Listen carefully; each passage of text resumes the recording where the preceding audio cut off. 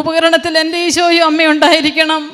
അതുകൂടി എനിക്ക് എൻ്റെ അമ്മയ്ക്ക് ചെയ്യുന്ന ആ സർജറിയിൽ ഒരു കുഴപ്പമില്ലാത്ത ഒരമ്മയായി എനിക്ക് തിരിച്ചു തരണം മാതാവേ. എൻ്റെ ഈശോയ്ക്ക് അമ്മ എത്ര വലുതാണോ അതുപോലെ എൻ്റെ അമ്മ എനിക്കും വലുതല്ലേ. എനിക്ക് ആരുമില്ല, എൻ്റെ അമ്മ എനിക്ക് തിരിച്ചു തരണം മാതാവേന്ന് ഈശോയേന്ന് പ്രാർത്ഥിച്ച് അവിടെ നിന്ന് വലിയവായി ഞാൻ കരയുകയാണ്.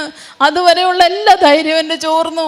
ഞാൻ ആ ആശുപത്രിയുടെ വരാന്തയിൽ നിന്ന് കരയുമ്പോൾ കുറേ ആൾക്കൂട്ടത്തിൻ്റെ നടുവിലൂടെ ഒരു പ്രകാശമുള്ള ഒരാളിങ്ങനെ കടന്നു വരികയാണ്. എനിക്ക് ആരാന്നറിയില്ല, ഞാൻ കുനിഞ്ഞിന്ന് കരയുന്നു. നല്ല പ്രകാശം, ഞാൻ നോക്കുമ്പോൾ നല്ല വെട്ടം മാത്രം എനിക്ക് കാണാം. നേരെ വന്ന് എൻ്റെ തലയിൽ തടവിട്ടിക്കൊണ്ട് ചോദിച്ചു, എന്തിനാ കുഞ്ഞെ നീ കരയുന്നത്? ഞാൻ പറഞ്ഞു, എൻ്റെ അമ്മയായി ഇതിനകത്ത് ഓപ്പറേഷത്തിന് കയറ്റി. ഡോക്ടർ പറയുന്നു ഒന്നുകിൽ ഒരു അറ്റാക്ക് വരും, അതല്ലെങ്കിൽ സ്ട്രോക്ക് വരും, അമ്മയുടെ മരണം ഉറപ്പാണെന്നാണ് അവരുടെ ഇത്. അപ്പം പറഞ്ഞു, നിൻ്റെ അമ്മയ്ക്ക് ഒരു കുഴപ്പവും വരത്തില്ല, 5 മിനിറ്റ് കഴിയുമ്പോൾ നിൻ്റെ അമ്മ പൂർണ്ണ സൗഖ്യത്തോടെ തിരിച്ചു വരുമെന്ന്. ഞാൻ മേളോട്ട് കണ്ണ് തുറന്ന് നോക്കി. എനിക്ക് മുഖം വ്യക്തമല്ല, പക്ഷെ അത്രയും പ്രകാശം എൻ്റെ കണ്ണിലോട്ടടിക്കുന്നു. എൻ്റെ ഈശോയായിരുന്നു അത്. തിരിച്ചു നോക്കുമ്പോൾ